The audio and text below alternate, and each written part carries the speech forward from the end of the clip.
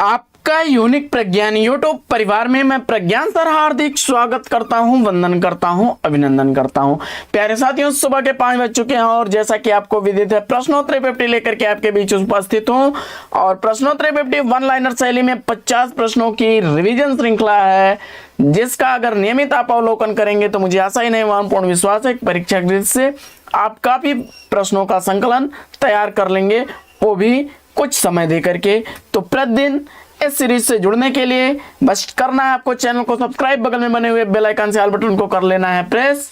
जैसे ही कोई नया वीडियो अपलोड होगा सबसे पहले नोटिफिकेशन आपको दिया जाएगा। तो बिना समय गंवाए साथियों प्रारंभ करते हैं पाठचर्या, और उससे पूर्व देखते हैं आज का मॉर्निंग कोट्स।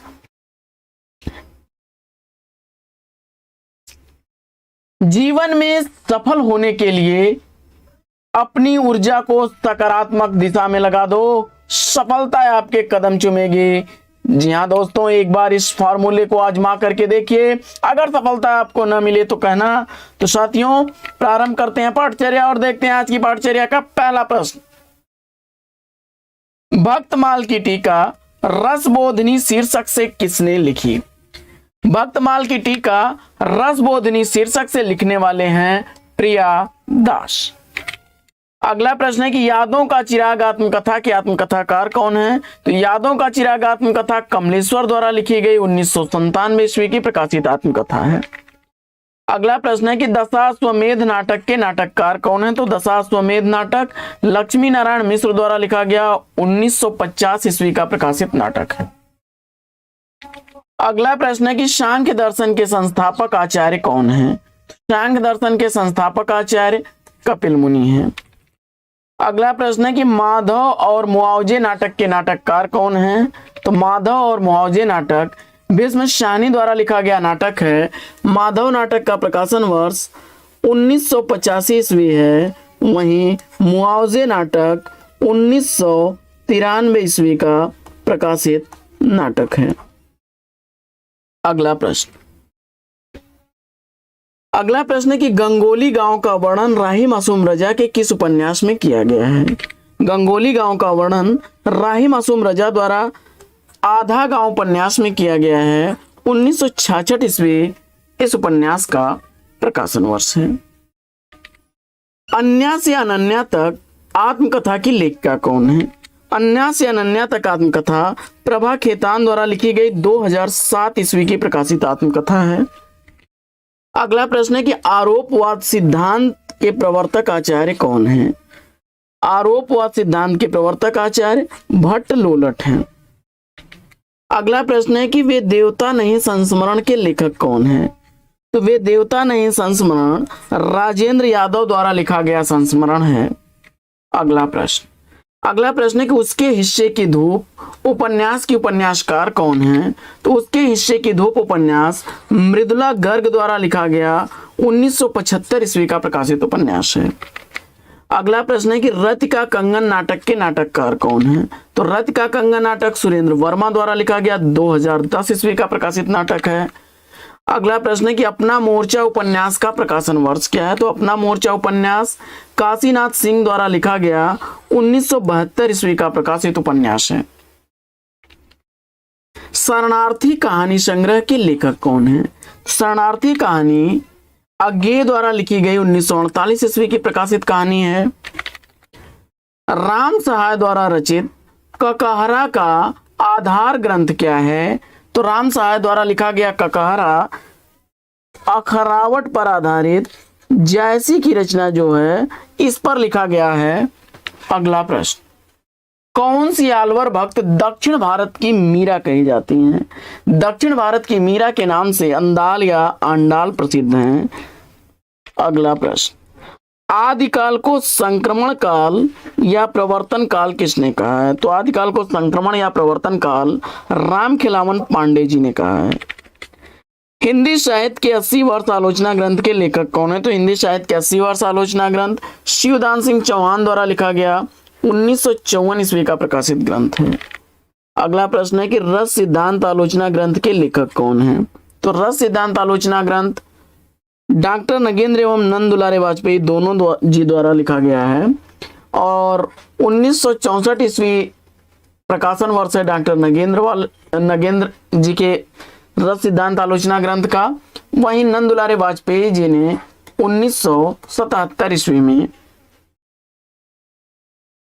अगला प्रश्न, जैसा कबीर का जीवन संसार से ऊपर उठा था, वैसा ही उनका काव्य भी साधारण कोण से ऊंचा उठा है।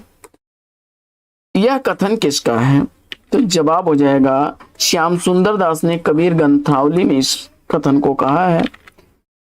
नास और निर्माण काव्य संग्रह के रचनाकार कौन है? तो नास और निर्माण काव्य संग्रह गिरजा कुमार माथुर द्वारा लिखा गया 1946 ईस्वी का प्रकाशित काव्य संग्रह है। अगला प्रश्न है कि नीरजा काव्य संग्रह का प्रकाशन वर्ष क्या है? तो नीरजा काव्य संग्रह का प्रकाशन वर्ष 1935 ईस्वी है, महादेवी वर्मा द्वारा लिखा गया है। अगला प्रश्न है कि धूप छाही रंग किसका उपन्यास है? तो धूप छाही रंग उपन्यास गिरीश अस्थाना का उपन्यास है, 1970 ईस्वी का प्रकाशन वर्ष है। अगला प्रश्न है कि राष्ट्रीय तरंग किसकी काव्य कृति है? तो राष्ट्रीय तरंग काव्य कृति गया प्रसाद शुक्ल स्नेही की है।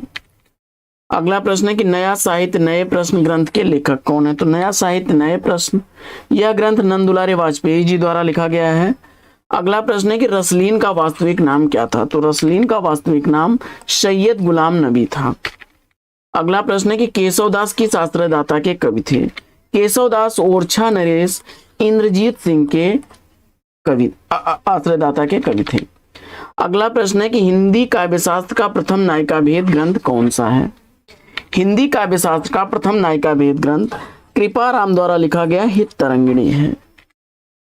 और कितने चौराहे किसके द्वारा लिखा गया उपन्यास है? तो कितने चौराहे फणीश्वरनाथ रेणु द्वारा लिखा गया 1966 ईस्वी का प्रकाशित उपन्यास है।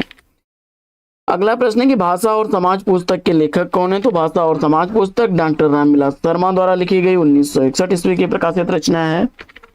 अगला प्रश्न है कि खुशबू के शिलालेख काव्य कृति के रचनाकार कौन है? तो खुशबू के शिलालेख काव्य कृति भवानी प्रसाद मिश्र की रचना है। अगला प्रश्न है कि कविता की तीसरी आंख आलोचनात्मक कृति के लेखक कौन है? तो कविता की तीसरी आंख आलोचनात्मक कृति प्रभाकर सोत्री की रचना है। अगला प्रश्न है कि जय मयंक जस चंद्रिका किस कवि की रचना है? तो जय मयंक जस चंद्रिका मधुकर कवि की रचना है। अगला प्रश्न है कि रीतकाल को कलाकाल किसने कहा है? तो रीतकाल को कलाकाल की संज्ञा देने वाले डॉक्टर रमाशंकर शुक्ल रसाल जी हैं। अगला प्रश्न है कि देव मूलतः किस रस के कवि हैं? तो देव मूलतः श्रृंगार रस के कवि हैं। अगला प्रश्न है, प्रश्न संख्या 35 है, हिंदी में लोक जागरण की अवधारणा किस आलोचक की है? हिंदी में लोक जागरण की अवधारणा किस आलोचक ने दी है? तो जवाब हो जाएगा रामविलास शर्मा जी ने। अगला प्रश्न है कि हंस पत्रिका का प्रकाशन वर्ष क्या है? हंस पत्रिका का प्रकाशन वर्ष 1930 ईस्वी है, मुंशी प्रेमचंद्र की रचना है।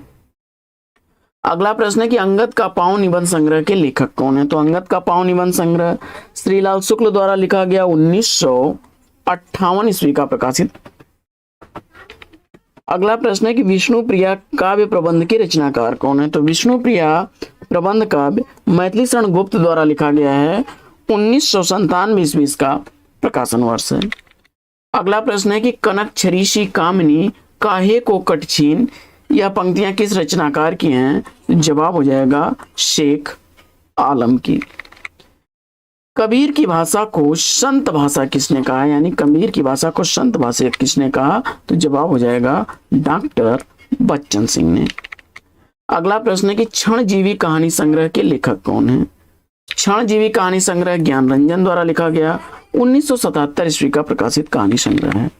अगला प्रश्न है कि कबीर की साखी को संस्कृत छंदों के रूप में रूपांतरण किसने किया? तो कबीर की साखी को संस्कृत छंदों के रूप में रूपांतरित करने वाले हैं उमाशंकर शर्मा।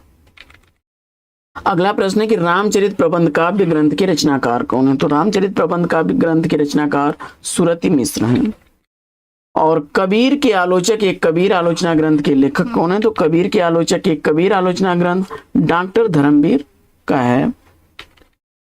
अगला प्रश्न है कि योद्धा सन्यासी किसके जीवन से संबंधित जीवनी है? तो योद्धा सन्यासी विवेकानंद के जीवन से संबंधित जीवनी है, 1969 ईस्वी। इस जीवनी का प्रकाशन काल हंसराज रहबर द्वारा लिखी गई रचना है।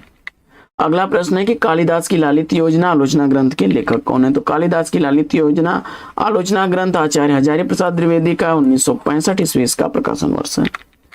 और आदिकाल को संक्रमण काल या प्रवर्तन काल किसने कहा है? तो आदिकाल को संक्रमण या प्रवर्तन काल कहने वाले हैं रामखिलावन पांडे जी।